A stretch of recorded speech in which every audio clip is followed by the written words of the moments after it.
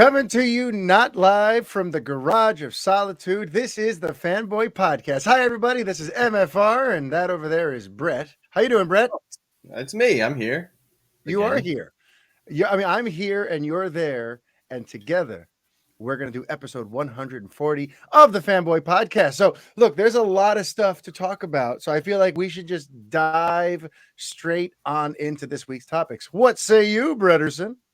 Mario, let's dance. Let's dance. So, got my dancing shoes on. Dude, you're always ready to dance anyway. I'm ready. People don't know that about Brett, but Brett is always ready at a moment's notice to just break out into dance. It's not well, but I'll do it. Not well. But you know what's going on? A couple of weeks ago on this here show, we were talking about this epic 2022 that DC was going to have. And we were raving. I'm like, look, the Batman's about to come out. And later this year, we got Black Adam and Aquaman. And what was the fourth one? Was that going to be? I don't even remember anymore. But there were all these movies. And now, guess what? DC's epic 2022 has more or less moved to 2023. You're like, just kidding. Yeah, just, so let me recap the news on that, and then we can kind of unpack that a little bit. So just to kind of recap all of the changes that just came down the pike on Wednesday, Warner Brothers has revealed that Aquaman 2 has been delayed. Okay, Aquaman 2 was once going to be coming out in December of this year. Now it's coming out in March of 2023, March 17th to be exact. So it's interesting. It's kind of coming out like in the Batman window. So that might have to do with the fact that they just found out that there's a big audience for comic book movies at the end of March, huh? The Batman just had a crazy box office. We were going to talk about a little too. But okay, so we got Aquaman 2 coming out now in the Batman zone in March 17th of 2023. Black Adam has been pushed back from July of 2022 to October of 21. So at least it's still in this year. But now The Flash, which was going to come out in November of this year, just got moved to June 23rd of 2023. Then there's the DC League of Super Pets, which I know you've been dying for, Brett. Well, you'll be sad to find out that the DC League of Super Pets movie has been pushed back from May of 2022 to July 29th. You're going to have to wait a whopping extra 2.5 months or so. The only reason I want to even see that is because Keanu Reeves is voicing Batman in it.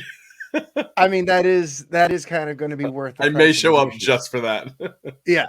But look, it's not all bad news, folks. DC fans, take heart, because Shazam! Fury of the Gods, the second Shazam film, which at one point was slated to be coming out next year, actually got moved up, and it's coming out at the end of 2022. So we are going to have Shazam 2 this year as kind of a consolation, I guess, for losing The Flash and losing Aquaman 2 to 2023. But let's talk about that a little bit. So, and by the way, and I should add, it wasn't just DC projects that got the shuffle. I don't know what's going on behind the scenes of Warner Media right now, but they also moved around the Willy Wonka movie and at least one other project. So Warner Brothers just did a big reshuffling. How do you feel about that, Brett? It's interesting. I mean, first of all, The Flash, this movie, I mean, like, can it catch a break just like with all the movings and all the changing of directors and the scripts, and then you finally felt like, okay, this time we have a lock. Like, we even, there's even been a little bit of footage in that, cool little DC Unite thing, and now it's like, nope, you're gonna just wait another 1.5 years. So that's crazy. Yeah, just to recap, by the way, The Flash was going to come out in February of 2018 originally. Continue. Right. And then, Black Adam got moved, and then Shazam gets moved up, which I don't understand what kind of alchemy they use to figure all this stuff out. It's interesting. I mean, I guess I'll bounce a question back to you, because this is obviously the thing we have to discuss, and I think the big hubbub. Does this spell doom for DC? What's going on? Is this bad news? Is it just, like you said, is it just, they're just shuffling things around? Maybe they're just moving things around to make investors happy, or maybe they have a word that a new variant's coming out, so they want to shift everything back. Do they have some insider knowledge? Yeah. Honestly, for some reason, my gut feeling when I heard about this news was that maybe they realize they have an embarrassment of riches right now. They have a lot of really big IP films coming out, and they might realize we don't need to have all of these movies come out the same year. You know what I mean? Let's spread the Right. wealth a little bit and let's spread these things out, because already the Batman is the biggest thing since Spider-Man No Way Home. It overperformed all its box office projections. And based on the word of mouth and some of the interesting trends throughout the weekend, where there was a lot of walk-up business, there was a lot of impulse buys for the Batman because the word of mouth was so solid. Maybe they're realizing, and trust me, it's not just because of the Batman opening weekend, but maybe they're realizing, like, we've got this huge slate of all these massive movies and they're all going to do really well. There's no need to just blow our load in 2022. Let's spread things out. And also, the weird little hopscotch that happened with Shazam, where now it moves up 6 months. I think that speaks to how disconnected the films really are. Because think about it, Marvel probably couldn't pull that off, right? If a Marvel movie suddenly changed its sequence, it would throw off the whole whatever big story they're trying to tell. Yeah. But these DC movies, since they are trying to have them all exist more on their own little island, that affords them the luxury of like shifting things around, because if you move one movie, it's not going to affect what happens in the other two movies around it. But what I do like about this new Flash date, by the way, June 23rd is a pretty special date, okay? Because, well, not only is it my birthday, June 23rd, but June 23rd, 1989 is when Batman 89 came out. Tim Burton's Batman 89 with Michael Keaton and Jack Nicholson. So how fitting is it then that June 23rd, the Flash movie will be coming out, and that's where Michael Keaton's Batman returns. So Super cute. Super cute. I think it works. And honestly, June's always been like a Batman slot. Back when those movies were coming out, the Keaton and Kilmer and Clooney, those original run of Batman movies all came out in June. And I even think Batman Begins kept up that tradition. So it's kind of, right. Yeah. So even though The Flash isn't a Batman movie, but listen, there's going to be two Batmen in it. It's pretty neat that it's landing on June 23rd, and it's my birthday. And Bill from Batman on Film has already said that Batman on Film is going to be hosting their watch party for The Flash in New York City. So we're going to have to do some kind of crossover event, but that's cool. in June of next year. Yeah. So we have a ways to go to plan those logistics out. But yeah, there's going to be a massive watch party basically on my birthday next year for The Flash. So mark your calendars, folks. I'll keep that day open. You better. You had better. But so there's been a big reshuffling of the films. So if you're waiting for Aquaman this year, you're just going to have to wait a little longer. And Black Adam, you're going to have to wait. Listen, we've been waiting to see Dwayne Johnson do his big Black Adam debut since like 2015 or 16. So I guess what's a few more months at this point, right? Maybe when he said the hierarchy of power of the DCU was about to change, was he just meant that all the dates were about to get shuffled? That's what he meant. Yes. It out. That's what he meant. Finally, we figured it out. But all right, so now let's circle back to the Batman now, because it did have a great opening weekend. And whenever a film has great success, right away we start finding out about other projects related to it, right? In the old days, it used to be, now we're waiting to hear about a sequel.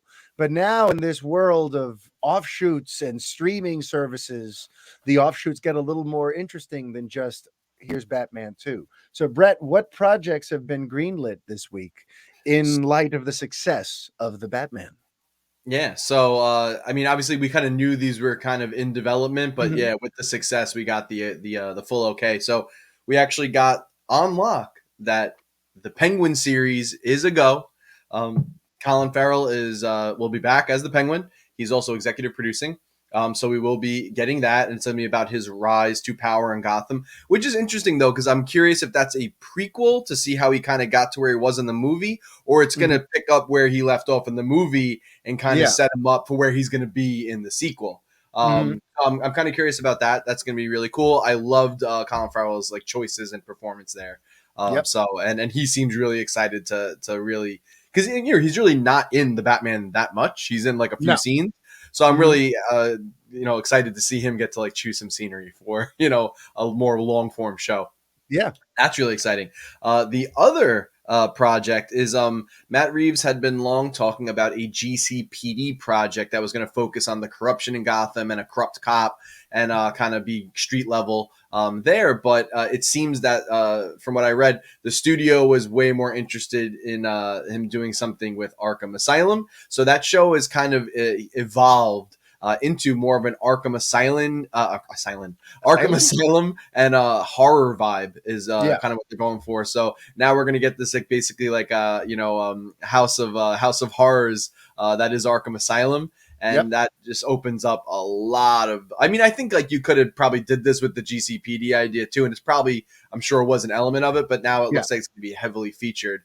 And even just like the little glimpse we saw of it in the Batman, and getting to even see Paul Dano and Yeah. the mysterious Arkham inmate.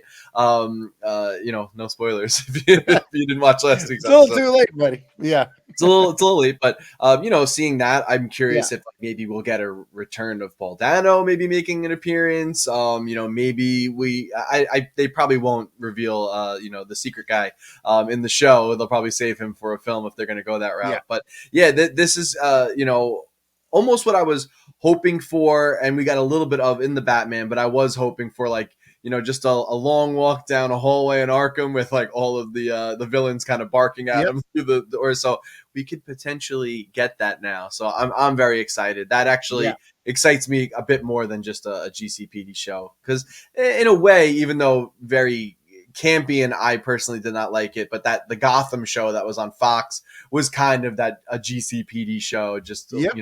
kind of weird. Yep. So yeah, this seems more up my alley and like a Yeah. cooler vibe, and has like more of its own identity. Mhm. And in line with I think Reeves' vision, and it's kind of tied to this universe, which I am all in on. So Yeah, yeah. I mean, honestly, you just brought up that Gotham series that used to be on Fox. And to me, like when they announced this Reeves Gotham PD show for HBO Max, my reaction to it was very muted. I'm like, we just kind of did a Gotham thing. Gotham was all about Jim Gordon's rise through the ranks on his way to becoming, Commissioner Gordon. And meanwhile, we know that the Gordon that we just met in the Batman is, he's not the commissioner yet. So he's still sort of on that same track. So if we're going to follow Gotham PD and this Jim Gordon, we're really treading very, very similar territory. So I was pretty much, my interest was at zero. Now, having that shift into an Arkham show with yeah, a horror bent to it, now you've got my attention. Now I'm just that is hoping a we keep spin-off. Jeffrey Wright, because Yes. that was the only thing I was Mhm. interested in at the Yeah. GCPD show. Was like, oh, Jeffrey Mhm. Wright. I will watch him pretty much do anything. Yeah. Yeah. I love him. I So agree. but yeah, I mean, I hope he's a part of this still, because it sounded like he was going to be a part of the GCPD series. Mhm. I hope he is still a part of this Arkham Asylum series. Now, I hope some of like the plans they had for that are carried over into this, but with this new like tilt to it. Yeah. And another thing here in this realm of DC that I want to hit on because it deserves being discussed, which is in the last week or so, some new comments have come to light from the head of Warner Brothers, Toby Emmerich, that I wanted to read to you about how they're basically Warner Brothers is having a whole return to its filmmaker-driven sort of style, where it's more about the quality of the films and not the quantity, and it's more about just giving artistic expression and all that. I'm going to read this because it's been a frequent topic here on the show over these years, where I've chronicled what happened with Zack Snyder and what happened with David Ayer and all the weird times that DC kind of stepped in and cut the legs off its filmmakers and all that sort of stuff, and how different that is from what Warner Brothers used to be. Because Warner Brothers used to have a great reputation for being a filmmaker driven studio. And then somewhere in the last nine or so years, they got awful handsy, and there were an awful lot of cooks in the kitchen, and we ended up with some pretty subpar films because of it. So Toby Emmerich, in a recent chat with Deadline, said the secret of the movie business is quality. It's the best business strategy for both theatrical motion pictures and superhero movies. The movies don't have to all have the same tone or interlock with other DC movies or have an Easter egg that sets up another film. Quality is the most important factor for a studio, and the biggest thing you can do to influence quality is the filmmaker that you hire. So we're going back to trusting filmmakers, Brett. We're going back there. So, you know, Listen, the one thing I can't stand about these, like when these guys come out, these like big head honchos, like he comes out with this, like it's a new idea, and he figured it out, and it's the best idea anyone's ever heard. Oh, really, Toby? Hiring good filmmakers makes We've a good been fucking doing this for how long? Like, we already know that this is the right move, and it's unbelievable. I can't do it. Hey, Toby Emmerich here. Just want to tell you about a couple of good ideas I came up with about films. We should let the directors do their job. It's like, oh wow! And go figure, you make a good film, a good picture with good quality, people will like it. Go figure. All right, so they love the talkies out here. They love the talkies. Yeah, he's got some really revolutionary ideas. Yeah, like guy. I can't deal with this. But I feel like when these comments came out, there was a little bit of a backlash from a certain set of fans within the DC fandom. I think you know who we're talking about. The fans of. I'm sorry. I'm not. Okay, I'll give you a hint. They're prone to hashtags. Yeah. Okay. They like one particular filmmaker, and they seem to only like that one particular filmmaker. Because even when the Batman comes out, they're busy clamoring for something different and trying to boycott it. Have you figured out the group of people who might have been mad at Mr. Emmerich? These are the people that watch 6 hours of WrestleMania. These are the people who watch 6 hours of WrestleMania. Yes, no, like. And listen, but like, and on the surface, they have a point, right? Because they read these comments and they're like, well, where was this energy when Zack Snyder was there? All this, we're going to let the filmmakers do the thing and we're going to trust them and all that. Where was this energy for Snyder, right?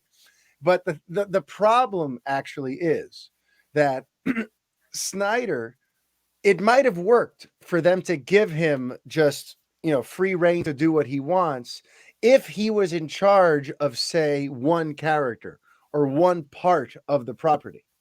But during those pivotal years there, between 2013 through 16, he suddenly became the architect of the entire Justice League. He cast every single character. He designed every single costume. He was making these huge choices practically on his own about all their origins.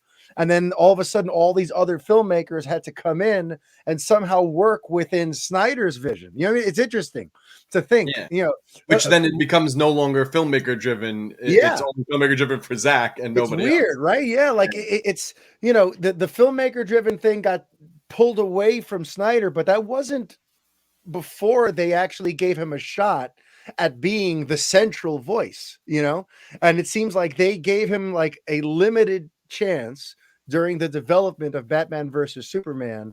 They gave him a limited window there where he could really make all these huge choices and introduce all these characters that they want to make all these franchises out of. And then they very quickly got buyer's remorse and started micromanaging him to hell. But so it's just interesting though, with the filmmaker driven thing, like it's almost a shame that he couldn't have just stuck with one character. Like, even though I may not have loved it, had he just stuck with a Superman trilogy and then other directors started launching Batman and Cyborg and whatever on the side, then who knows? Snyder might have never had to deal with too much studio meddling. But since all of a sudden now he's playing with every single, holy grail character they have, all of a sudden now it's like, wait a minute, we got to pump the brakes here. And actually, this guy has too much power. You know, so it's just Right. it's weird the way the whole situation's kind of worked itself out. But here we are in 2022, and Toby Emmerich has the revolutionary idea of letting filmmakers just make films and not meddle and not worry about how it fits into some puzzle and all that other thing. So, Right. did you have any other comments on any of this? No, it just, I mean, like I said, it's such like a weird realization that they're coming to now.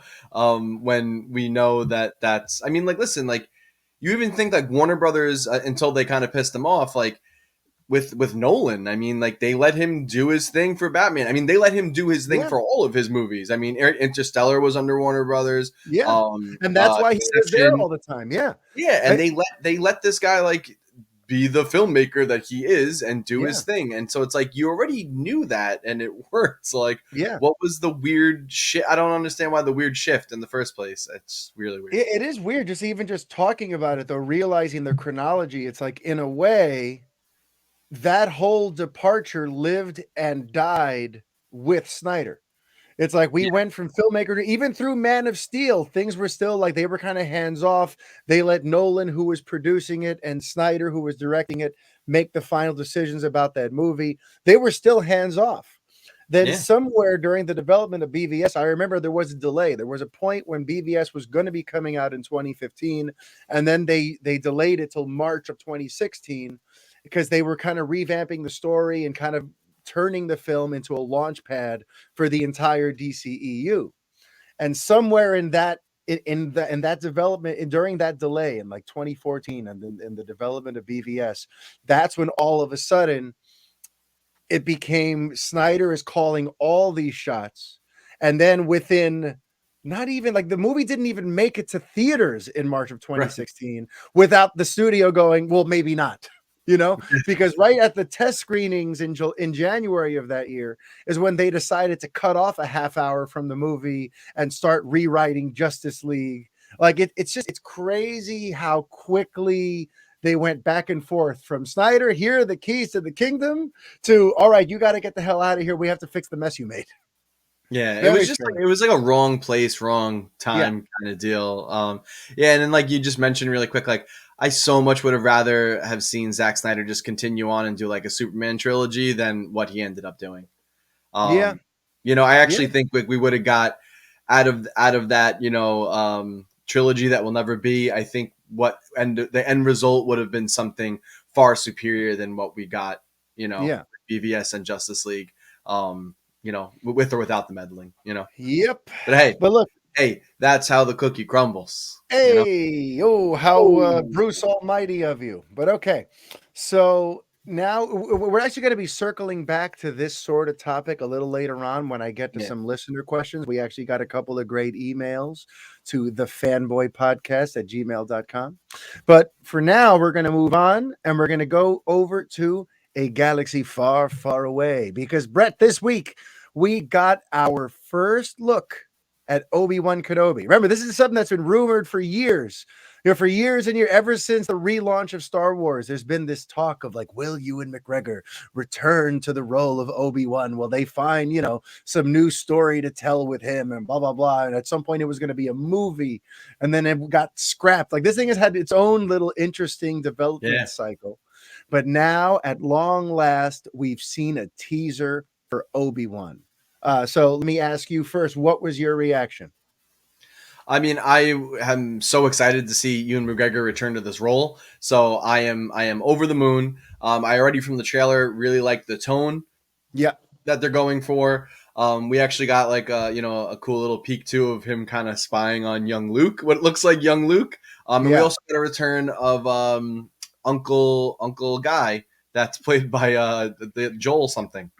Uncle Uncle Owen is Guy, played by Uncle Joel Owen Edgerton. by Joel Edgerton. Thank you. Yes. Yes. So I really like my version better. Uncle Guy played by Joel. Uncle Guy played by My friend, Joel. my friend Joel.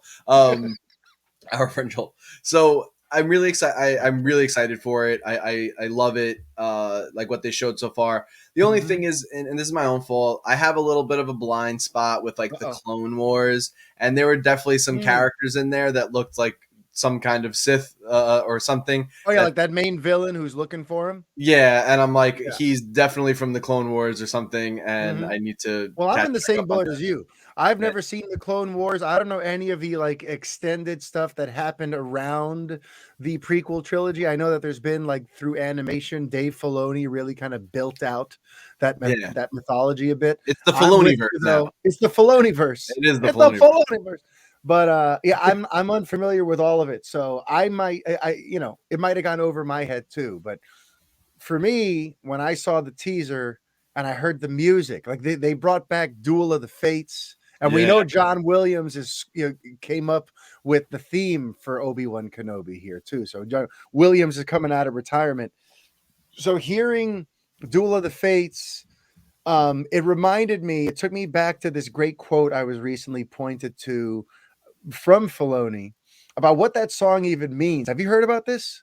Well, why the score that takes place in the climactic battle of episode 1 is called Duel of the Fates? I feel like I may have come across something, Okay, but well, please let's tell me. stop me. I say, don't stop me at all. I'm just going to just remind you what it Can I is. stop you Okay? right here? Filoni pointed out that it's called Duel of the Fates because they are fighting for the two different ways Anakin's future can go, his two fates. If Qui-Gon wins this duel and he gets to train Anakin's going to go a certain route because he understands Anakin and he's the one who went to bat for him against the council. He's the one who believes that this kid, that even though it's late for him and he's been hurt, I can teach him. He goes out on a whim for him, right? But Yeah, then what happens? It goes the other way. The other fate is he gets trained by Obi-Wan, and Obi-Wan doesn't quite have his heart in it at first. And if you remember, things are a little bit, he takes on this unlikely responsibility, right. but he himself is a young Jedi. And you could almost see like this leads to why Anakin goes bad eventually, because Qui-Gon was really the one who was supposed to be his mentor. So Right. the Duel of the Fates, they're fighting for Anakin's future in a way in the Duel of the Fates. And that's what that song means. So when they do that, and then the whole thing begins with the phrase, "We lost."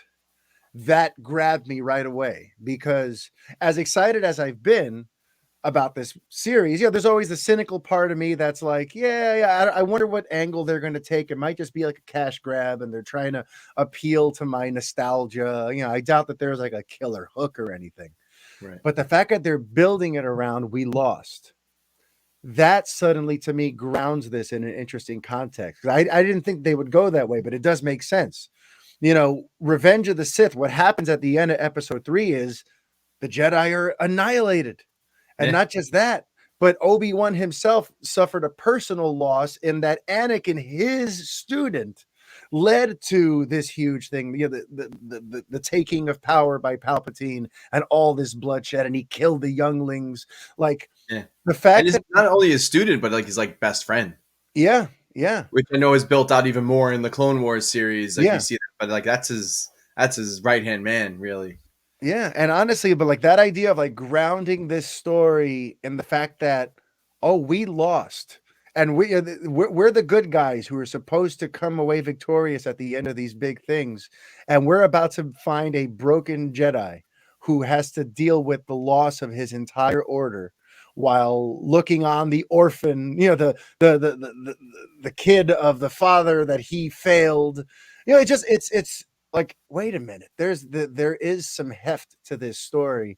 There Yeah. is an angle to this that's going to make it kind of riveting. And for an actor of McGregor's caliber, I'm hooked now. Honestly, they had me with the music and the Yeah, the "we music was, lost," the music was fucking and fire. yeah, I mean, that had me. So, yeah, um, this is the first, like, Star Wars show hmm to also now take place of the new, I should say, the first Star Wars show of the yeah, new, range of shows to take yeah, place before the original trilogy. So yeah. far, Boba Fett, Mando have been after, and before the new trilogy. So that's hmm also interesting to go back to this point, in live action, Yeah. nonetheless. Yep. And just seeing him in the beard again and seeing him, it was great. It was great. I thought it was cool too. At the end of the teaser, you know, sometimes at the end, like it's become like a cliche now, but like after the big final thing, there's one final shot and then the teaser and then the logo. I like that, like the big final shot they go to is just him with his beard. Because it's like they know like that is the thing that fans have been dying to see. He is the special effect. People just want to see Ewan McGregor back as Kenobi. You know, that was the I have big to say money for shot. a teaser too, it was pretty. I mean, listen, I'm sure people that are like know who that villain is are probably like real hype, but I didn't have that attachment. You know what I mean? Like, had I heard a little Vader or something, then I would have been, you know, really, really. Oh yeah, and they're saving Vader entirely. He wasn't at all in there. Yeah. Supposedly, we're supposed to see something with them, and that's what I'm really excited for. But Oh, I totally lost my train of thought now with this. But I was going to say is they were kind of reserved Yes. with the teaser. I mean, you didn't really see Obi-Wan do anything. There was no him with the lightsaber doing any cool moves and stuff. So I imagine we will see him do some badass stuff. But I appreciated that they held it back. You know, these and Star Wars really, shows, I mean, they always have these like aces up their sleeve that they don't promote, right? Because in The Mandalorian, who knew that this was going to bisect with Luke Skywalker? Who knew that the Grogu story was going that way, right? And in Book of Boba Fett, through like 5 episodes, you know, who knew that suddenly this is going to suddenly go and connect again to Skywalker and Mando and all that? Yeah. So, you know, I can't wait to see what surprises they have up their sleeve for Kenobi here, because they really didn't show us a hell of a lot, and we know for a fact that Hayden Christensen's in the cast, that they have at least one other lightsaber battle against one another. So let's see how they unveil all that. I cannot wait. Do we have a release date for that? Do you know and it? we do at the end of the trailer. I think May 15th. Oh wow! Okay, If I'm so not mistaken, and that's how it should be. Star Wars in May. May the 4th be with you. May 15th or May 25th. It was like one of the 5. I don't know. All right, good. Now, let's switch gears from something that we care about an awful lot to something that I'm not sure we care about. Because through a new promo image, the world has been given its first look at She-Hulk on Disney Plus. And on a fucking Slurpee cup. This is the epic premiere image that you've been waiting for your whole life. How have we not figured, like, how much stuff gets leaked from like an action figure box or a fucking Slurpee cup? Like, come on, can we at least get like a proper view? Like, just release the concept art or like the photo, like the studio photo. Just release that before this stuff happens, and I got to look at like some weird drawing on a cup. Yeah, but whatever. Yeah. Well, I mean, the TLDR version of this is she looks like a very humanoid Hulk, a very buff green lady, big and buff. But that's and she's got a nice purple Avengery type of suit.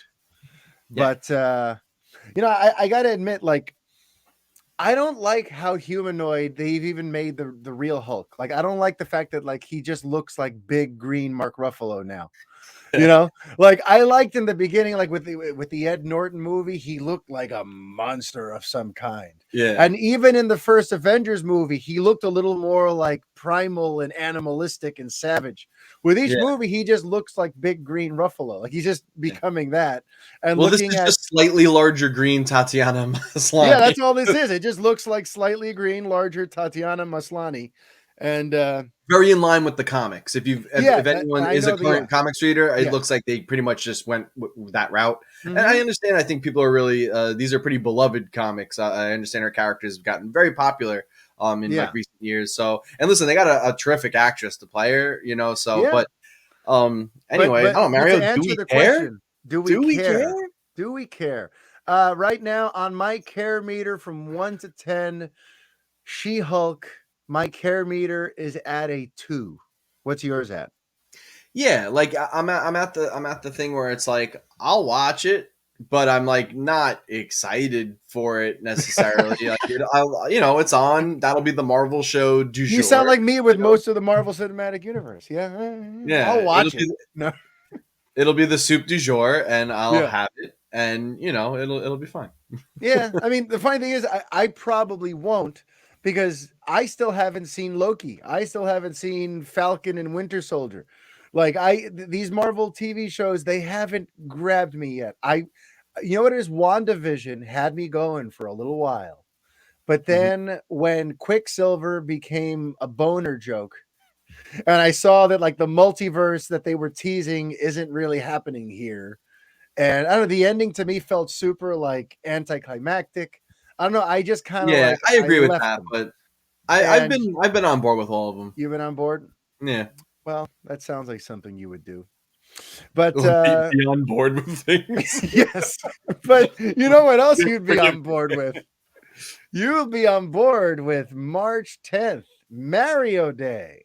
So Uh let me yeah. tell you a little bit about Oh, I this. want to hear Okay. all about it, please. All right. So MAR for March and the number 1 and the number 0 for 10. If you put them together, looks like Mario. Mario. Uh, Yes. so yeah, just a fun little I thing. love you had to Figured I'd throw it out. explain that to people. All right, yes. So tell them about the Mario Day sale. Play it loudcast, Brett. So we are recording this on Wednesday, March 9th. You will be listening to it hopefully when it releases on Friday, March 11th. The good news is that there is a Nintendo sale on a bunch of Mario games, and the sale will go from March 10th until Sunday, March 13th. So you do have all weekend to do it. And yeah, just figured I'd give a little info for those of you that are maybe haven't touched some of these games yet or have a Nintendo Switch. Do it. We're getting 33% off Mario Kart 8 Deluxe, which is the best Mario Kart ever, hands down. And if you Got it. listen to the show, he's got it. If you listen to the show, you will know that we have some DLC that will be dropping from now until the end of next year. So when all those DC movies that got pushed are coming out, you'll be getting more Mario Kart tracks. So by the end of next year, we're going to have 96 tracks in that game. So I just want to just emphasize that. So great value. You can get this game basically at $39.99. And then if you do have Nintendo Switch online, the expansion pack, like the more premium version, you will get all that DLC for free, or can buy it for $25. So at the end of the day, the game's it'll just basically be the full price of a game for like twice the game. So awesome. Bam. The next, Super Mario 3D World plus Bowser's Fury. This is a re-release or a port of Super Mario 3D World from the Wii U that no one bought. It's actually a really good game. I think it's kind of underrated in the 3D Mario canon. And they also added this cool little extra game called Bowser's Fury, which is really interesting because it's very experimental, and it seems like it could be teasing where we might go with the next big Mario release. Essentially, it's almost like a little mini open world Mario game. So it's really, really cool. I loved it a lot. It's very, very I've fun. checked it out, by the way. You gave me the heads Yeah. up that it seems to be a taste of the future, and I think you're totally right. It's really cool. And Mario 3D World on its own is very cool. And it's also a little more accessible because it is very much get to the flagpole at the end of the stage. It's not like where you're collecting stars like Mario 64 or Mario Odyssey. So it's also, I think, fun for families. It's all co-op. You can do online co-op with it now. So a lot of great things to say about that game. We also have new Super Mario Brothers U Deluxe. I am kind of over the new Super Mario Brothers series, but that is a great 2D side scroller. So that's another one you should check out. Yoshi's Crafted World, which actually I'm a little down on. Yoshi's Woolly World on the Wii U. You're Was a much down better on game. it, you say? Crafted World is really cool and creative, and it looks really amazing because it looks like it's made out of arts and crafts, and they're just like, Nintendo's so good with that. But the game is it's very dumbed down, and it's just a long cry from the halcyon days of Super Mario World 2 Yoshi's Island. I lament it. And then last but not least, we have Luigi's Mansion 3, which if you have not played that game, please go buy it. I want more of these games. It is so good. The animation, considering also that the Switch is like an underpowered console, the game looks like a Pixar movie. I mean, it is unbelievable how good the animation is. Nintendo recently also just bought that studio that developed this game. So they are now like totally in-house. And yeah, it's a tremendous game. It's kind of like more of like, it's not a platformer, it's more of a puzzle game. But it's basically Ghostbusters set in like a Nintendo universe. Like what else do you need to know? So all those games are 33% off. And I should also mention that we also have Mario plus Rabbids Kingdom Battle, which is actually an Ubisoft developed Nintendo game. What? So Ubisoft developed a basically like if you played strategy games like XCOM, they basically made XCOM with Mario characters and combined them with their weird little Rabbids. And that game was there is a sequel coming out later this year. Hopefully, I don't think we got official confirmation yet. But the first one, I did not think I was going to be into it. I played it and I enjoyed the hell out of it. It is really fun, a lot of personality, and they put as much effort into it as Nintendo would put into one of their own first-party titles. Shigeru Miyamoto was overseeing it, so it's a really cool game. Check it out, and that one you can get for $9.99, 83% off. So seriously, if you have not checked that game out, you're doing yourself a disservice. It's $10. Go get it. There's one more I forgot. Mario Kart Live Home Circuit, which if you haven't seen that, basically they made a Mario Kart game and you get an actual remote controlled Mario or Luigi that you can drive around your house and then play it on Switch and turn your house into a course. It's actually really I really remember cool. seeing the trailer for that. That looked crazy. Yeah, it's actually pretty neat. I don't have one. I didn't pick it up because I just don't have the room for it. But they are on sale for $49.99 each. I think they're normally like 70 or something, or maybe 80. So actually, that's like a nice little discount. So hey, you guys have until 11:50 p.m. Pacific time on Sunday, March 13th, to pick those up. Make sure you do get one of them. If you don't have at least one of these games, do yourself a favor and pick it up. Yes, my issue was when I heard about the sale. Listen, I pay attention to Mario Day. Yeah, I would hope. But when I heard about the thing, I'm like, I own every single one of these freaking games. So, I can't really take advantage. But if you don't own them, by all means, take advantage. Great time to jump in. Now, something we spoke about, like, I think in our first episode since bringing you on as a permanent co-host, that I'd like to bring back up because there's been some further updates. Over in Sony's Spideyless Spider-Man universe, try to say that a few times fast, that this Craven movie is getting crazier every week. So right after we had that conversation, it was announced that Russell Crowe, Jor-El himself, has joined the cast of Craven the Hunter, And aside from Russell freaking Crowe, which is, what the hell is he doing there? Now they've also, last week they announced that Alessandro Nivola is in it. And if you don't know Alessandro Nivola, he was recently in The Many Saints of Newark. I know him as Pollux Troy from Face Off. He was Nicolas Cage's nerdy little brother in Face Off. He's joined the cast of Craven the Hunter. And they've also just added a fella named Christopher Abbott to play the foreigner in Craven the Hunter. Christopher Abbott is he's done some movies. It doesn't really matter. But so this movie keeps getting bigger and more interesting.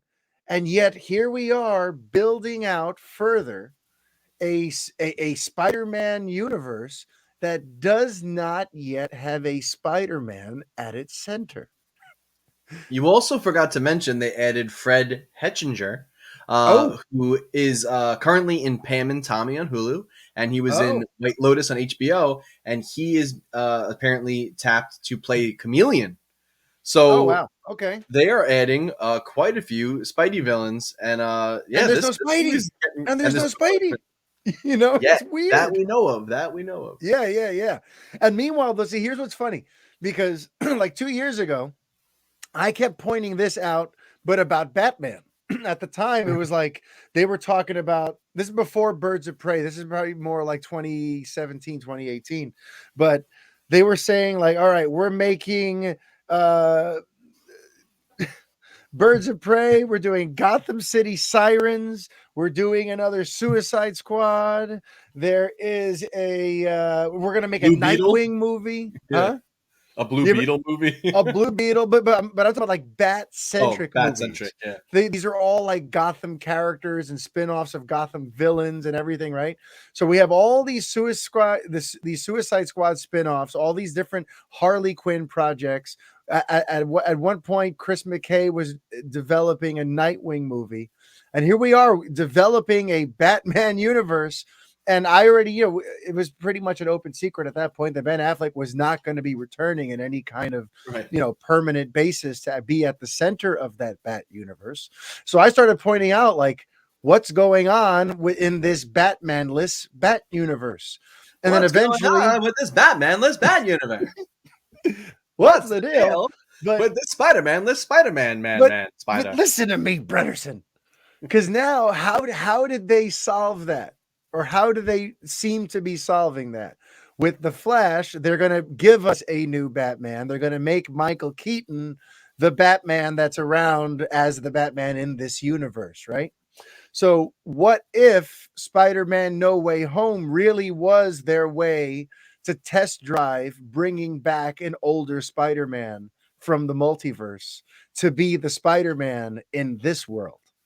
And how amazing would it be if they announced that Andrew Garfield may not get, because that's the thing. I don't think they would ever greenlight an Amazing Spider-Man 3 simply because it would probably tread too much similar ground to where they want to go with Tom Holland. Now that he's more of a traditional Spider-Man in New York going about his business, it would just be way too similar to where Peter Parker ended up at the end of Amazing Spider-Man 2. But they could use him as some sort of connective tissue in like a Maximum Carnage movie with Venom and Carnage, or as a as a foil to Craven, or in a Morbius sequel. So Sure. I don't know.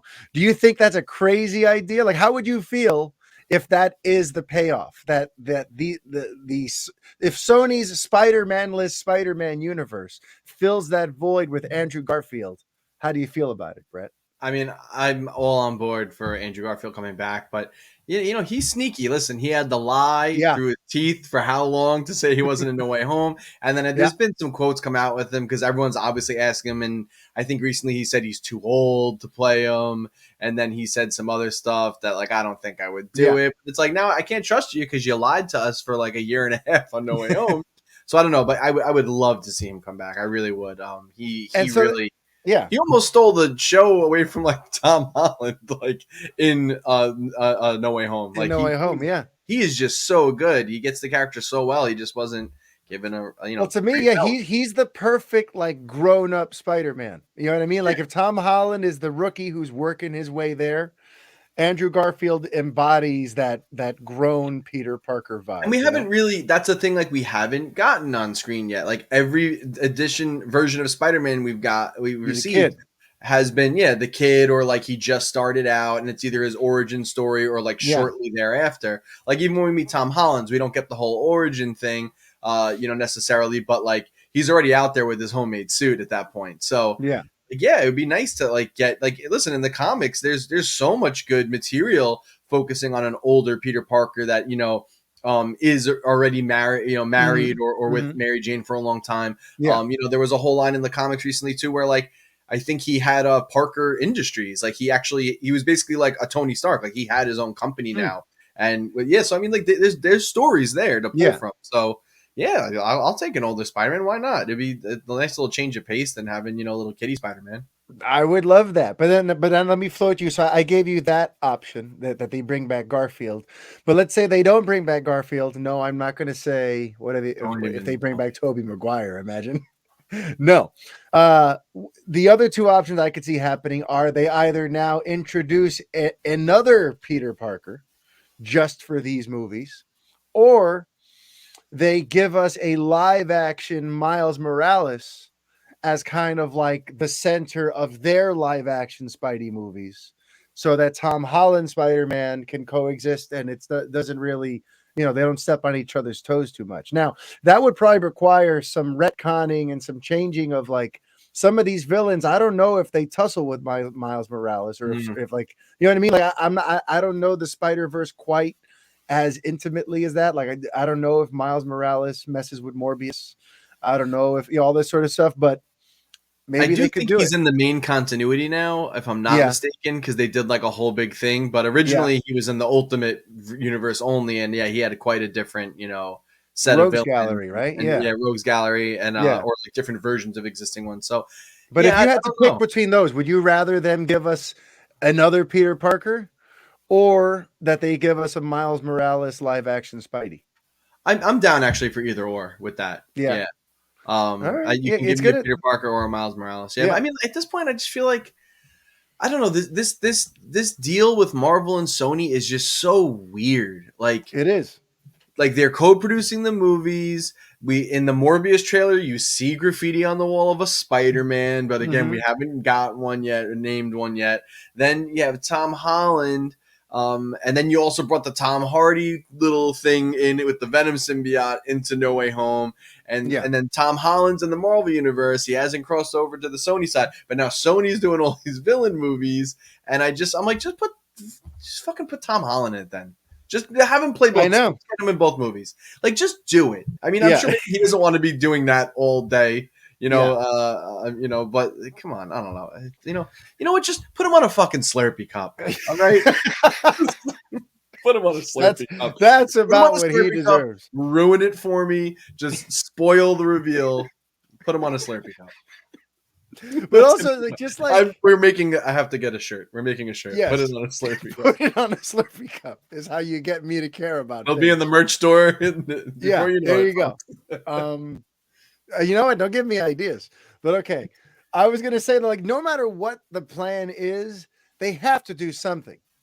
But because like there's no way they think that these movies can stand on their own, right, Brett? Like, Amy Pascal at Sony Pictures isn't thinking, "Oh, people care about Craven just on his own as a character. Yeah, People care about Morbius just on it." Like, there's no way they think that, right? Please tell me they don't. I mean, I'll be honest. Like, I don't give a shit at all. I know, like, if there's I not could a just be- Spider-Man, what do I like, care about any of these people? Like, listen, Spider-Man has a great rogues gallery too. Like, maybe does. rivals Batman's rogues gallery, which is Absolutely. like I think kind of considered the crown jewel. But Yeah. even that, like, listen, did I like the Joaquin Joker movie? Like, Joker is like one of the only villains for me that could probably like hold his own movie. I don't even know if like I'd watch, as much as I love Paul Dano, I don't think I would watch a Riddler movie. I mean, I'm gonna watch a Penguin TV show though, I guess. So Well, whatever. yeah.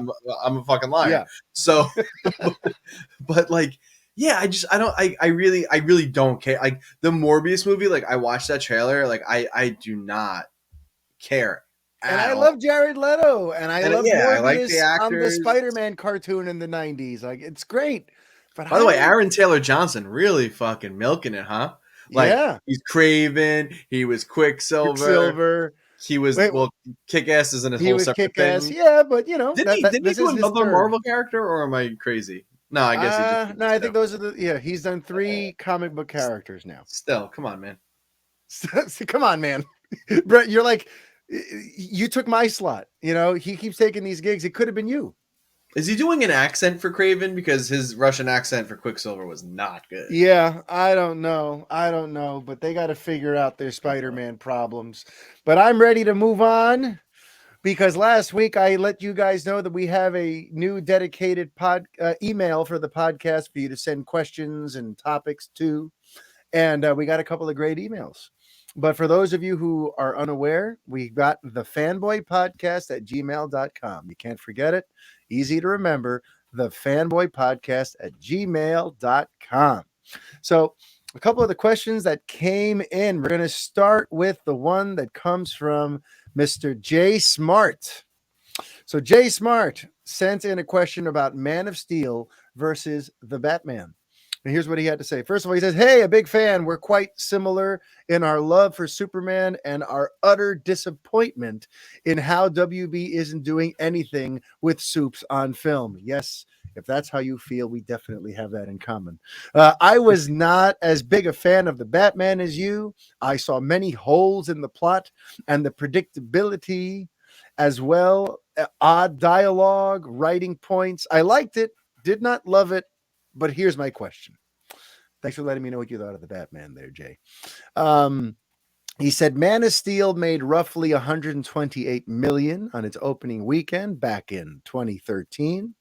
And the Batman has earned a similar figure. And then he wrote this when it was around 128. Then it kept getting revised upward. I think it ended up somewhere in the mid 130s, like 134, Yeah, yeah. 135. But then he said both were similar in production cost. Why was Warner so afraid to move forward with Superman? I remember back in 13, the talk was that Superman needed to make $1 billion for a sequel to be considered. The Batman has already got one. I mean, mind you, though, they haven't officially announced a sequel. We all know it's coming, but Right. there hasn't been used. Sometimes there is that press release a week after the big opening weekend where they'll say Matt Reeves is coming back for part 2. They haven't done that yet, but you're right, Jay. We do know it's coming. He said, I know Man of Steel's ending upset some. Some claimed it was too dark. Same for the joyless BVS. Is this just plain disrespect of Superman since it's not just about the money? Not much joy in the Batman. Also, I'm a wrestling fan, diehard Bret Hart fan from long ago. Sincerely, Jay Smart. Bret Hart, the best there is, the best there was, and the best The there ever best will there be. ever will be. I will talk about him when I launch the Wrestling Fanboy soon. More details some other time. But so okay, let's talk about your question here. So while it's certainly true that Man of Steel and the Batman opened to similar figures, and by the way, it's even true that they cost very similar figures, because that's something that we haven't discussed here on the show, Brett. Remember, like 3 weeks ago, we spent a few minutes discussing these rumors that the film only cost $100 million, and there were Yeah. people saying like, "Oh, like Warner Brothers went cheap on this Batman movie or whatever." We ended up. It has since come out that Warner Brothers actually spent 200 million making this movie. And what's interesting about that is I don't think it was intended to be that high. A lot of it was inadvertent costs. Remember, they had a couple of big delays because of Yeah. COVID.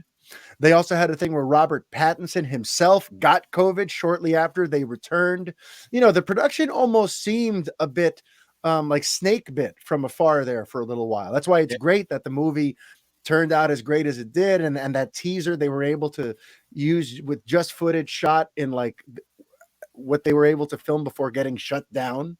you Right. know so the movie worked out wonderfully, but there were some production bumps along the way that I believe caused the budget to go much higher.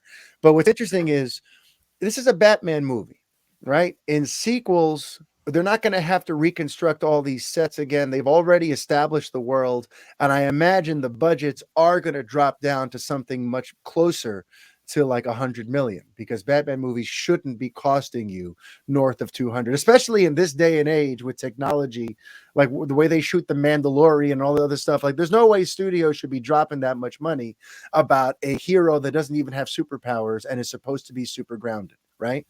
Right. Whereas Man of Steel cost 225 mil, and any decent sequel is going to have to cost around that, just because a Superman movie requires a ton of effects and requires villains that are much larger than life because you're dealing with a demigod. So the price tag on a Superman franchise is just inherently going to be, it's going to be apples and oranges. They're going to be two different price points on these franchises. That's why it's hard to compare their opening weekends, because we could even go back to an older generation, to the previous set of reboots. Both Batman Begins and Superman Returns opened and ended up with very similar box office numbers. Yet the Batman Begins movie led to the whole Dark Knight trilogy. It got a sequel, whereas Superman Returns, that never happened, even though they were actually, in terms of box office, really rather close. So this isn't the first time that Batman seems to be getting the go-ahead when Superman is still stalling out. But honestly, I don't think it has to do with the joy thing. I think with Man of Steel, it was all about the expectations at the time. You got to understand, Warner Brothers was looking at what Marvel and Disney were doing on the other side of the fence there with their Marvel films. Man of Steel came out in 2013. That's 5 years after Iron Man came out. And that's 1 year after the first Avengers movie came out and made, $2 billion. And all of a sudden, Marvel is the hottest thing in Hollywood, if not the world, right? So now Warner Brothers, they're coming in hot though too, because they've got Christopher Nolan, who just gave us back-to-back billion-dollar Batman movies and like made the superhero genre really hot again with his Dark Knight trilogy. And now they've asked him to produce a Superman movie directed by Zack Snyder, who they know there's going to be lots of spectacle and lots of action, and they're opening it in June from the men who gave you the Dark Knight trilogy. Like, they were expecting Man of Steel to do $1 billion, and maybe that was unrealistic of them. But they were looking at the market at the time that superhero movies are the hottest thing in the world. We've got the hot hand with Christopher Nolan producing this thing. We're going to put his name and the Dark Knight sort of moniker over all the ad campaigns for Man of Steel. And we're expecting this to be, another huge gargantuan runaway success. And instead, it was, it did okay. It didn't flop by any stretch. It did decent numbers. It did pretty good numbers. But considering it came out in June at the start of the summer blockbuster season, considering there were other films around it that cost much less but made the same or more, Man of Steel's successes at the time didn't feel as successful to them as they wanted. And for better or worse, go ahead. I was saying, I imagine also, you have to look at the critical reception. Yeah, I was going to say, yeah. Listen, listen, I don't live or die by Rotten Tomatoes. I kind of actually hate aggregate sites, but just for the point of conversation, yeah. Man of Steel has like a 67% on the tomato meter, where the Batman is sitting at 86%. 20% higher. And even the audience score is higher on Man of Steel. It looked like, I think it was about like 70 something percent. I clicked away already, but the Batman's at an 89% audience score. So, you have to look at that too. Yeah, okay, they made the same money, but one has amazing critical reception and one had, unfortunately, not great critical reception. So it's like, when you're dealing with the money we're talking about here, what do you do? And by the way, it was even lower than that on Rotten Tomatoes. It's 56%. So Man of Steel, and remember, and I always try to tell people how to interpret those numbers, because 56, this isn't like a test where you can either score 100, and if it's under 65, you failed. 56% is just the percentage of critics who give it a thumbs up. And 56% shouldn't be taken as a failure. It means that it's like half and half. Half the people who saw it liked it, half the people who saw it didn't like it. So at best, what you can get from that is that the film kind of had a polarizing response, a split response. Right. So when you couple that with the price tag for a Superman series, and with the fact that the box office numbers weren't, astronomical as they had hoped, that's why they were not necessarily blown away by the numbers for Man of Steel. But let's remember, let's not act like they just folded up shop. They did continue. We got BVS from Man of Steel's success. So really, the question, or not, the observation to make here isn't like they pulled the cord too soon. They just chose the wrong next path. In my guesstimation, where they went next for Man of Steel kind of hamstrung them. And as we said earlier in the episode, perhaps had they just continued with a Man of Steel 2, we would be having a very different conversation these days about how the DC films turned out, Yeah. But yeah, so Jay, I hope that answers your question there, pal. And the next one. Yeah, thank you, Jay. And if anyone else has a question that they want to send over, remember, the Fanboy Podcast at gmail.com. And then the other question comes from Carlos Tavo Borrego. So first of all, he's also on board with the wrestling thing, so that's another reason why that's going to be happening. But this one almost seems more tailor made for you because there was news this week. So he asked, "Are you guys hyped about the Gotham Knight video game? Since now it seems to have a release. When's the release, Brett?" I don't know, October. Yes, Yeah, October. it got pushed. Well, I shouldn't even say it got pushed. I don't think they gave it an initial release date yet. So yes, October is going to be the release date. I think it's like later in October. I'm excited for this game. I love the Batman Arkham series. This is not made by Rocksteady. Of course, they are working on Suicide Squad, Kill the Justice League, but this is WB Games. This might be the studio WB Montreal that did Arkham Origins, if I'm not mistaken, which Yeah, some I'm people are kind of pretty down sure on, it but I was. actually really like that game a lot. Mm-hmm. So yeah, this game, it looks like, the little bit of footage we've seen so far, it looks basically like an Arkham game, but they've made it more of an action RPG. They've added like basically like levels, elements and skill trees. And the cool thing is you have 4 playable characters from the Bat family. In this continuity, Batman is dead, which, like, he's probably not. I'm sure he's unlockable later in the game. But you do have Robin, Nightwing, Batgirl, and Red Hood. And the cool thing is that you also have drop in, drop out co-op up to 2 players. It's not going to be a 4-player squad thing, but it's something that you and I could hop into and play, or play with a listener or something. I would love Yeah. to do something like that later on in the year. I'll probably play most of it solo because that's just how I roll. But I'm excited for this game, Tavo. I really can't wait for it. I'm already just planning to play as Nightwing the entire time because I love Nightwing. Yeah, Mario, what about you? Are you pumped for this game? I'm a little muted because it's not connected to the Arkham verse. And the fact that it's like, it's its own thing, it's too disconnected from anything I might care about. Like, it's not connected to any books or TV shows or movies I like. Because one of the things that got me into Arkham was like the Paul Dini connection and the fact that it almost seemed like an evolution of the animated series with a new sort of twist on it. And you had Kevin Conroy and Mark Hamill. Like, that connective tissue got me to go headfirst Sure. into the Arkham games. This Gotham Knights thing, I don't have any particular connection to that group or that IP or that mythology per se. So, as a game, I'm not necessarily looking forward to it. But with that said, the co-op element sounds pretty cool. If we can do, if we can fight some crimes using an engine that's kind of like the Arkham engine as other Batverse characters and do missions together in co-op, that sounds like something I would definitely want to check out. But Yeah. just on its own, like when I heard about it and the concept for it, there's been nothing about this Gotham Knights game that's made me want to pre-order it or pay too much attention. Yeah. So, The weird thing that's funny is it's not connected, supposedly not supposed to be connected to the Arkham series. yeah. But spoilers for Arkham Knight, whatever, like you had plenty of time to play it. Yeah. The end of Arkham Knight, if you do like the good ending or like the total ending, Yeah. Batman goes away or dies supposedly at the end of that. So it's weird that this game, they're like, it's not connected to the Arkham series, but in this game Batman is either dead or missing Yeah. at the start of it.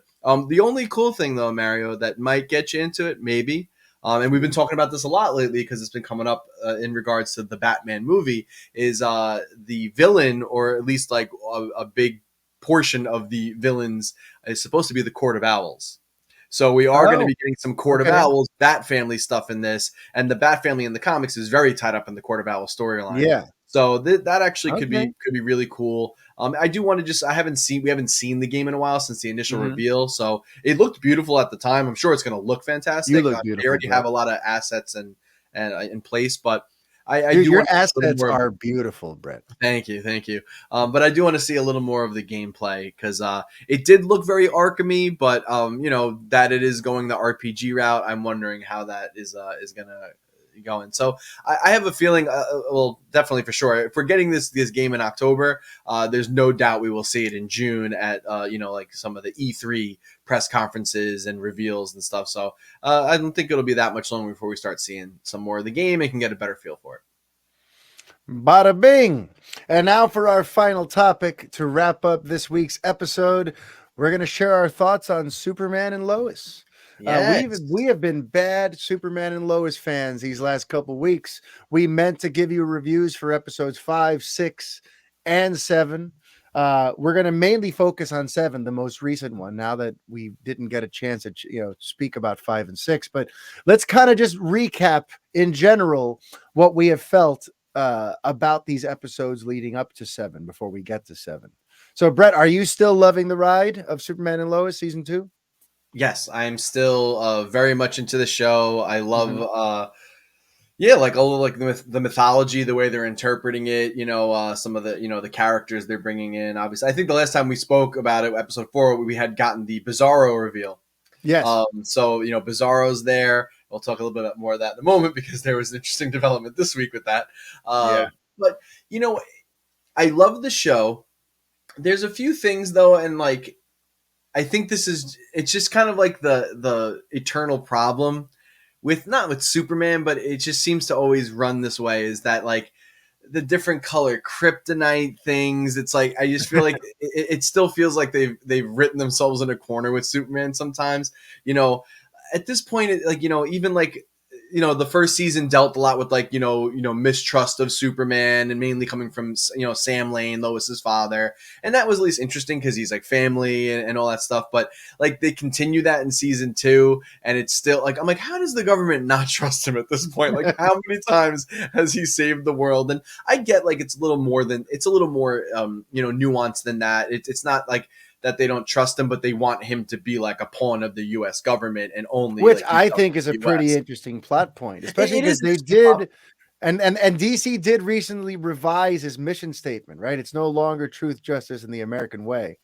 Yeah. So I feel like it's all part of kind of the rebranding of Superman. But go on. Yeah, it works. Like I Yeah. like it. Like I'm not really trying to like shit on the show, but like it just feels like they lean on that a little too much. I Mm-hmm. also I'm gonna forget his name, but Uh-oh. Lana's husband.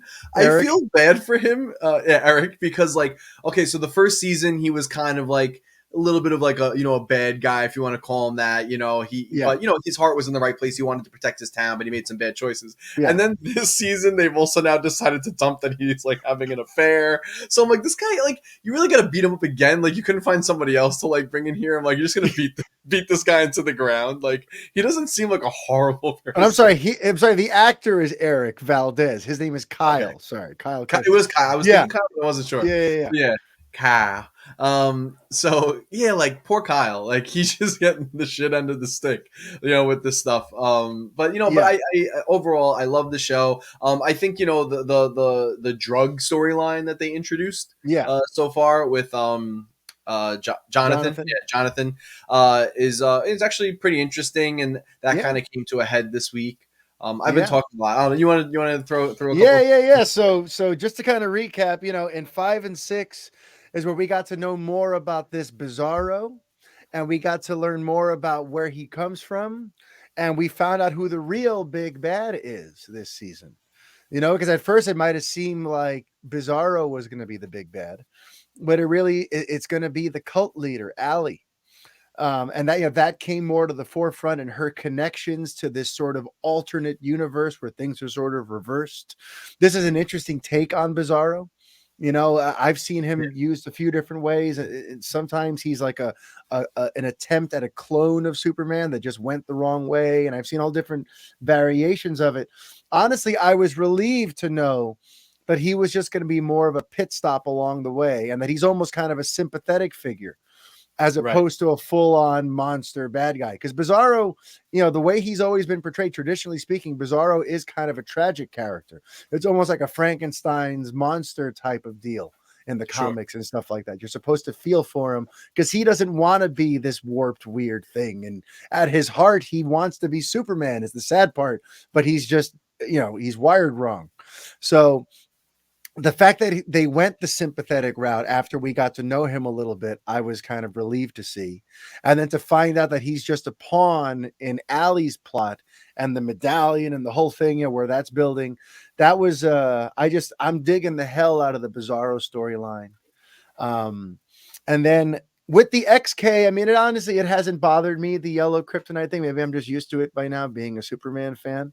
To me, it's not that much to keep track of. The green kills him. The yellow, I don't think does anything to Superman, but it makes other people get Kryptonian powers for a little while. Yeah. And There's That's all we really the have red to. light Then the that red light, but beacons it's him. not red kryptonite, but it's red Yeah, sunlight. But red, yeah, red listen, sunlight. just Yeah. pay attention to your primary I'm colors, not. red, yellow, and I'm not green. like Brett. lost. It's not confusing to me. It's just like, they did a whole X Kryptonite. I I know. just, sometimes like they did X Kryptonite in the first season, and Yeah. now it's like still around, and I'm like, Mhm. okay. And then like, the whole thing with like everyone just like inhaling this thing, and then like especially Anderson in this episode, like the new military guy, like Yeah. he just first time inhales that, and he's already like, I know how to do late. Like, how do you know how to do everything already? Like, you just You don't inhaled. know he hasn't been practicing at the base. He's had access to Uh, all that tech. He's been like I know I'm being home in different. his room practicing the yellow stuff, Yeah, Let me set this doll on fire with my eyes. I'm some sure of he this stuff, practiced. just like is kind of like, oh, okay. But I should say too, one little thing that I really like, which is cool, is like, obviously Morgan Edge destroyed Kal-El's like Fortress of Solitude key with the father on it. Yeah. And I really like the dynamic that now he gets to be with his mother. I thought that was actually Yes. a really cool thing. And now Really she's cool. the one he goes to. And actually, we should let's just talk about this week. I really like that they kept Morgan Edge around and didn't kill him or Talro. Talro. And I thought this episode was really, really cool. They Absolutely. gave some development. I loved seeing them interact with each other. And yeah, we got a couple of scares at the end of this episode. Well, one of them was a real scare, but it Yeah. looked like Morgan was gonna bite the big one. Yeah. But he made And it. we were sad about it. Who'd have thunk we'd be sad Yeah, about it, they did right? a quick What a little turnaround. Yeah. and pretty quick too. But I was in for it. It didn't Yeah. seem too forced. But let's talk about the crazy one. I mean, listen, it could turn out this is not true, but Bizarro's dead. Bizarro's They dead, killed killed by Bizarro. Anderson. And honestly, though, not to glaze over, though, Anderson's arc took a turn in these episodes too, because last we spoke through episode 4, he was just kind of a hard ass military general who's stepping in for Sam Lane, and seemingly, I had sympathy for the guy in a way because he doesn't have the same pull over Superman, honestly, obviously, Right. as Sam Lane does, and Superman is just not listening to him. And when it comes to this American thing, he may be wrong about it, but he's just following his orders from up on high to get Superman to play ball, and Superman's not playing ball. And then things take the turn, though, when his soldiers die at the hands of Bizarro. And it's interesting to see how the guilt from that decision sort of pushed him over the edge, where he could have gone and now, like, with his hat in hand to Superman to go, you were right, I shouldn't have sent these kids into danger. But instead, he went the other way. And we got to watch Anderson's turn to the dark side. He became a full-fledged villain in these last few episodes. That's just been interesting to sort of watch, because I didn't see that coming. For a little bit there, it seemed like he might soften up and realize I screwed up. Instead, he freaking captures Clark, and he's episode 6 ends with the cliffhanger of putting him in the cell with Morgan Edge under the red lights.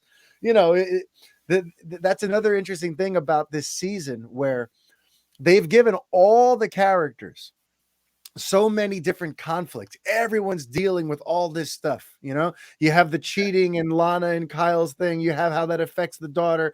You have the daughter who kissed the girl at camp and how that affected Jordan. And then you have Jonathan with the XK and defending his girlfriend. And like, everyone's dealing with all this stuff. And you have Lois at the newspaper and dealing with her sister.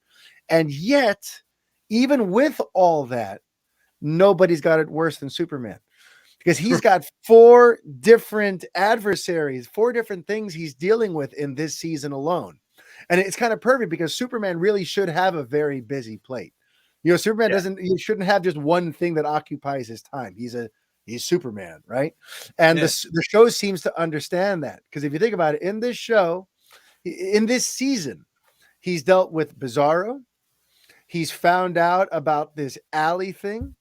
He's got Anderson on his tail, and now I lost it. There's like a 4th sort of adversary, like his kids, like the drug problem. Well, that too, but that more like an adversary. That affects Clark.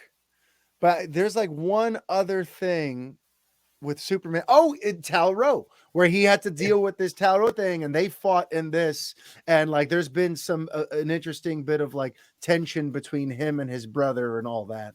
So he's had like 4 different battles he kind of has to fight throughout this season. And yet, aside from that, all the other characters have all these very interesting arcs too. So I think the plotting on the show is pretty excellent. Yeah. And I like that Superman's stuff, like these are jobs for Superman.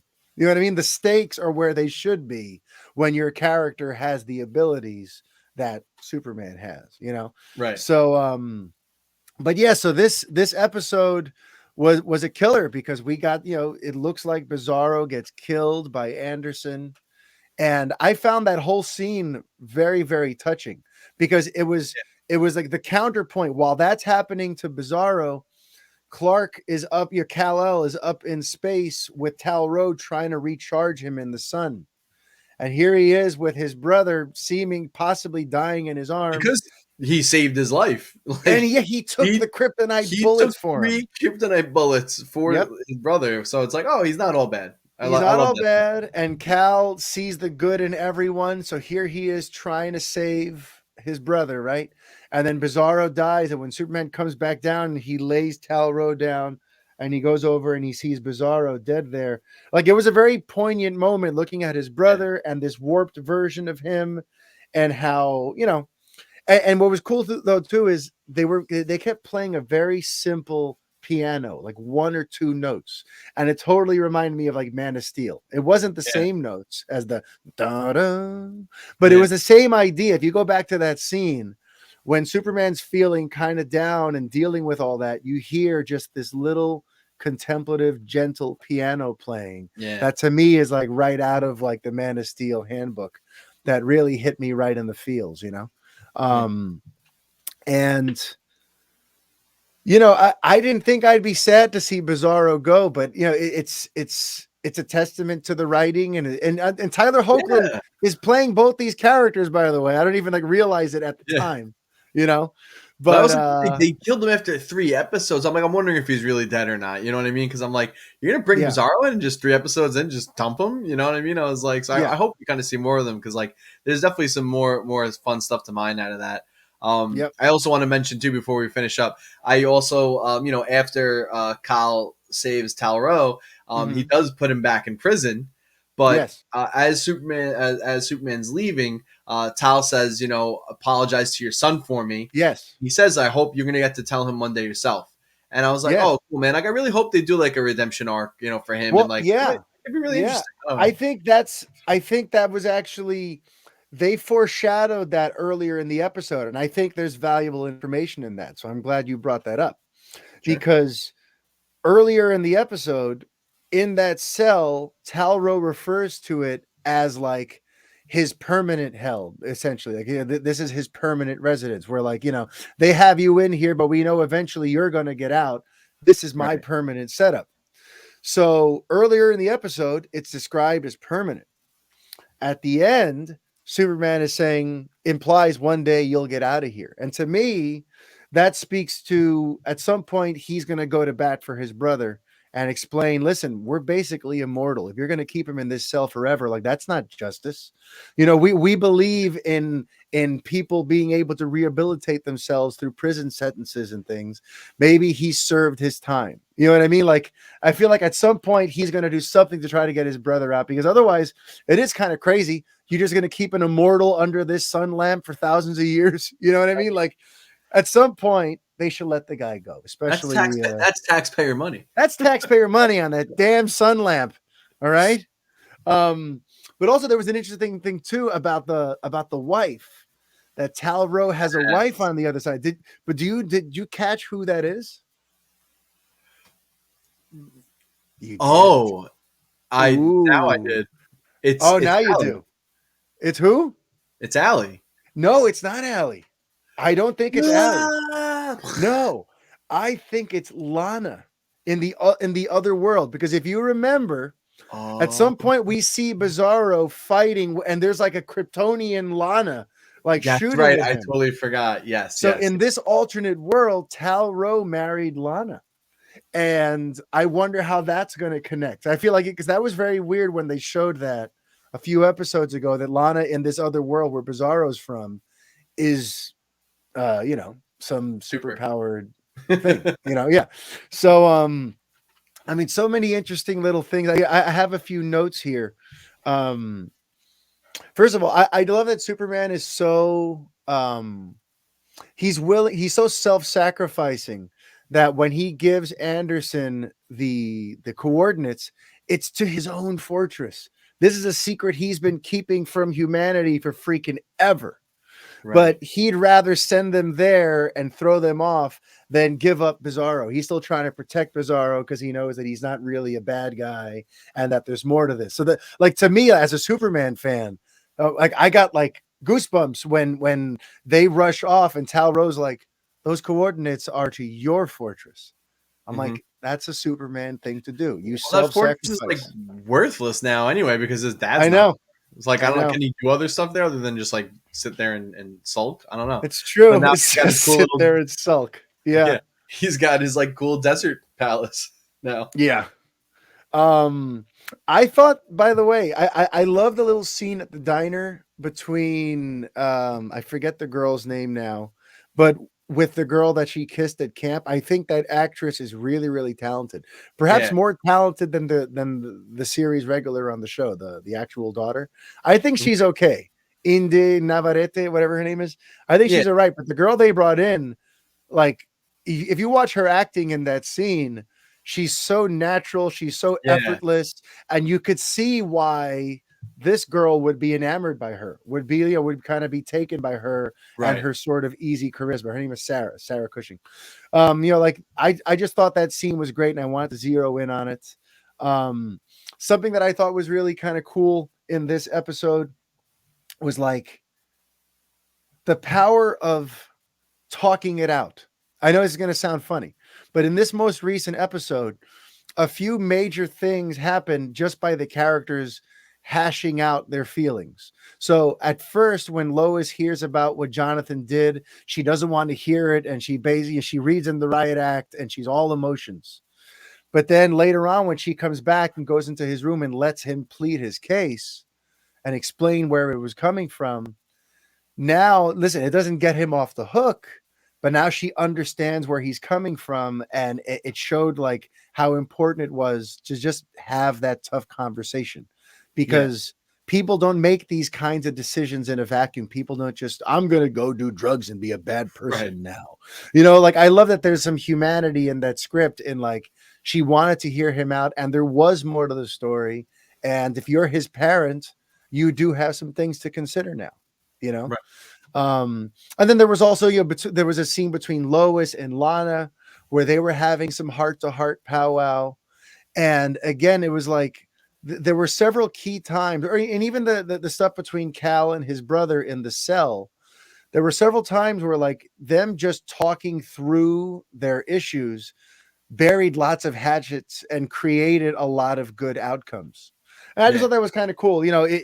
It's funny to think that in a show about a superpowered alien and all these special effects and all this larger than life stuff, the human element, that just talking through your issues and, is still kind of, they're championing that. And to me, that's pretty awesome. Clark went full dad mode. But then, then that was the big one though. That was kind of shocking, right? Because, he said, gave damn him, he gave him the floor to speak. And after his son spoke, he went full angry dad on him about how you represent this family. It was really good. I liked that a lot. It was good, but I felt so bad for Jonathan because like he probably, his dad's always been like the softie, and Lois, by the way, I love it. Like earlier on, she said like, I am so pissed about this. Like to me, she sounds like you could take the girl out of Metropolis, but you can't take the Metropolis out of the girl. She sounds like such like a city tough ass mom. She didn't sound like, country bumpkin. They're so great. They're really so great on the show. Also, I say the kid who plays Jonathan Kent, I mean, he's a pretty good actor. I mean, he's definitely the stronger of the two brothers for sure. Speaking of the other brother though, I mean, like I know like the big focus of the first season was Jordan coming to terms with his powers, but it seems like he's just good now. Like he's just good. Yeah, That's all in the figured it wraps. out. And like He's because they just haven't like really touched that at all this yeah, season. You yeah, know. So that's yeah. interesting. I'm curious that's going to come into play. I mean, I'm there's also a thing curious where his eventually. grandfather is like Yeah. training him, but we don't really Right. haven't Right. seen more of that. But It was kind of like a throwaway thing, yeah, in like the second episode or yeah, something. he's definitely taking more of a backseat. Like if season one had Jordan at the forefront, this one seems to be more Jonathan's season, into where his arc really is the meteor Yeah. one. You know what I mean? This whole thing with Candace, he's protecting his girlfriend Candace, who's a drug pusher. By the way, I think she's a pretty terrible actress. On the flip side of the other topic I brought up, this Candace broad, I've never believed a single word she said since she's been on screen. So I'm just like, please get her arrested, get her off the show. I'm done with her. Do you think that What? Jonathan is ever going to develop powers or no? I don't think so. And I think that's part of what makes his character special. That's his piece of the puzzle. You know, he's the human element here. I mean, he broke my heart in this episode when he starts saying that everyone's amazing at something. And I felt like, you know, what am I? I'm nothing. And it makes sense when your father is Superman and your brother is essentially Superboy and your mother is internationally renowned, probably Pulitzer Prize winning, journalist Lois Lane. You feel pretty small, and think about it. When you're in high school, you're insecure already. Even if none of that were true, when you're 14, 15, you already think the shits of yourself. And he used to be the kind of the cool one. Yeah, so he was the QB. He was the stud. Yeah. So I really, my heart goes out to Jonathan, and I'm really curious to see where they go with his story. Yeah. I do love that he stopped the XK as soon as his brother found out about it and told him, and disapproved, because it shows how much he values and loves his brother's opinion. Yeah, their relationships actually is really, really good. Yes, they really do have that brotherhood thing, and it's not just we're gonna piss and moan and argue because sibling rivalries create nice drama. Like no, they've got each other's backs, and even they during support each other at like key moments. Like they definitely bicker and stuff, but they come through for each other. So, but yeah, it makes me wonder. I'm like, at some point, like there's got to one of these kids is gonna have a heel turn. Yes, that's got to happen. I think at some point it will happen. Well, yeah, but hopefully it comes and it doesn't feel ham-fisted and forced. Right. We got a taste of that at the end of season 1 when Morgan Edge's his whole plot, somehow they were able to take over Jordan's psyche. Remember, I think Talro's father went into Jordan. Remember, so we got a small taste of evil Jordan already. So we'll see what happens there. But so for me, the winning streak continues. Episode 7 of season 2 of Superman and Lois was pretty damn great. That little tease at the end was interesting too, where when Anderson gives Allie the medallion, she says that is the way to change the worlds, plural. Yes. So I'm really intrigued by Phantom Zone in that little pendant. Right? Like I kept thinking like Phantom Zone, but I'm like, but I don't know if that makes sense with like the worlds thing. I don't know. Like, I think it just means that she's gonna try to take that upside down bizarro world and use it to leverage power in this world somehow.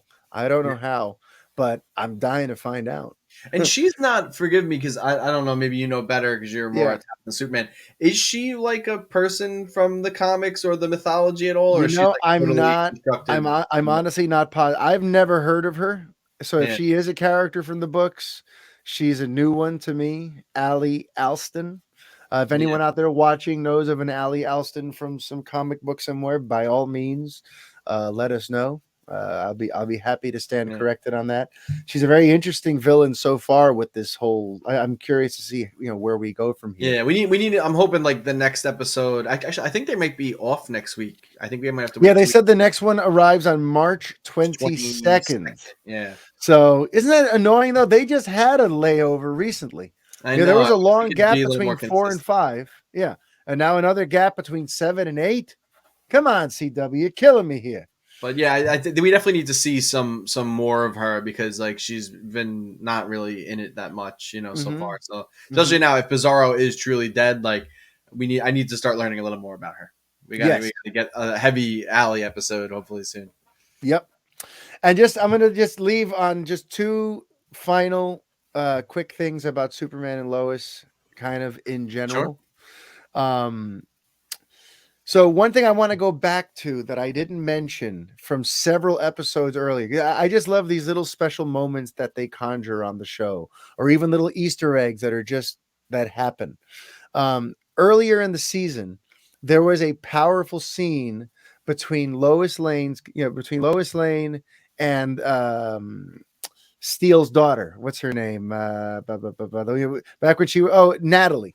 She was having a scene with Natalie about motherhood, about that whole storyline where, Natalie felt rejected by her. Lois looks just like her mother because she is her mother on this other earth. And Lois, in talking to her about this, poured her heart out about her complicated relationship with her mother and all that sort of stuff.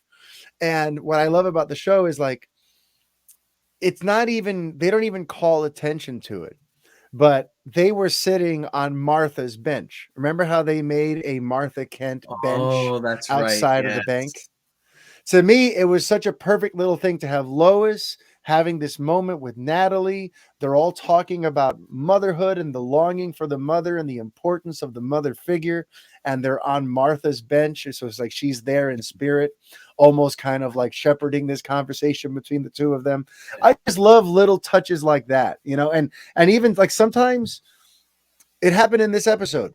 There'll just be dialogue happening where a character is saying something that's just good advice or kind-natured, and under it, the music sounds like superhero score. It's like the kind of stuff almost you'd hear when Superman saves the day. And it's almost like saying, like, this is heroic too. You know what I mean? Like what this person is saying or this gesture that's happening, this is heroic. You know what I mean? I feel like Superman stands for. That's what he inspires. Yes. And like the show, people. Yeah, so, like the nice. show carries forward like a Superman sensibility, and I just love that. And then sometimes it's just geeky stuff like the yellow rings that were around Bizarro in the alternate fortress. That is straight out of Richard Donner's Krypton. In the first scene when Zod and Ursa and Non are standing there, they have these like rings going around them, and the rings around Bizarro were exactly that, just yellow. Cool.